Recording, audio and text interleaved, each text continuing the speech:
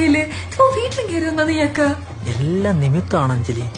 അതല്ലേ ഇന്ന് തന്നെ ഞാൻ ഇവിടെ എത്തിയ. നിന്നെ എനിക്ക് ഇഷ്ടമുള്ള 1000 വട്ടം പറഞ്ഞല്ലേ ഞാൻ. പച്ചനെ കാര്യം നിന്നെ മനസ്സിലായ? നീ പോവാൻ നോക്കിയാണ് ഇവിടുന്ന്. നീ എന്നെ ഇഷ്ടമാണെന്ന് പറയാതെ ഞാൻ എന്നിവിടുന്ന് പോവില്ല. ഇഷ്ടമാണെന്ന് പറ.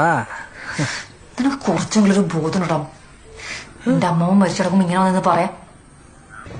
എടി നിന്റെ കല്യാണം ഉറച്ചെന്ന് അറിഞ്ഞതിന് ശേഷം എനിക്ക് നേരെ ഒന്ന് ഉറങ്ങാൻ പോലും പറ്റണില്ല.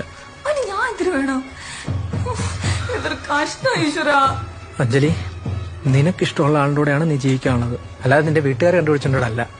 അത് ഞാൻ എന്തിനേലും ചെയ്തോളാം. നീ ഇപ്പൊ പോവുന്നു. എടി, നീ ഫസ്റ്റ് ഇയർ വന്നപ്പോ നിനക്ക് എന്റെ അടുത്തൊരു ഇഷ്ടം ഉണ്ടായിരുന്നു.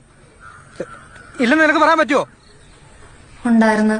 എനിക്ക് തന്റെ ബാച്ചിലൊരു ക്രഷ് ഉണ്ടായിരുന്നു. അത് പക്ഷെ നിന്റെ അടുത്തല്ല, പിന്നെ ആരടുത്ത്? ശക്തിച്ചേട്ടന്റെ അടുത്ത്. നീ ഇതൂടെ കേട്ടോ, ആ ക്രഷ് എനിക്ക് ഇപ്പോഴും ഉണ്ടായിരുന്നു.